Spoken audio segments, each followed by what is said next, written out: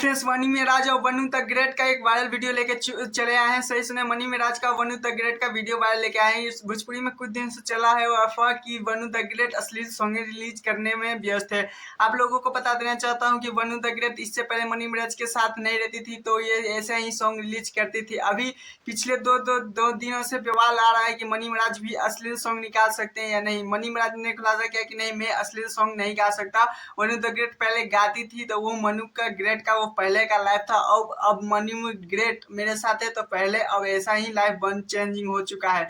आप लोगों को क्या लगता है? वनु द ग्रेट, आप लोगों को पता ही होगा कि कॉमेडी में भी मनी मिराज कितने तेजी से वायरल करते जा रहे हैं वनु द ग्रेट का। लेकिन कुछ लोग बोलते थे कि मनी मिराज भी अश्लील सॉन्ग निकालेंगे, लेकिन मनी मिराज ने खुलासा किया कि नहीं, मैं कभी अश्लील सॉन्ग नहीं निकालूंगा, भोजपुरी को बदल देंगे मनी मिराज। आप लोग को कैसा लगा भोजपुरी को बदल रहे हैं? तो प्लीज मेरे चैनल तो चैनल को सब्सक्राइब, वीडियो को लाइक करो प्लीज। मनी मिराज के लिए कमेंट में जरूर प्यार सा लिखिएगा। Tata bye bye.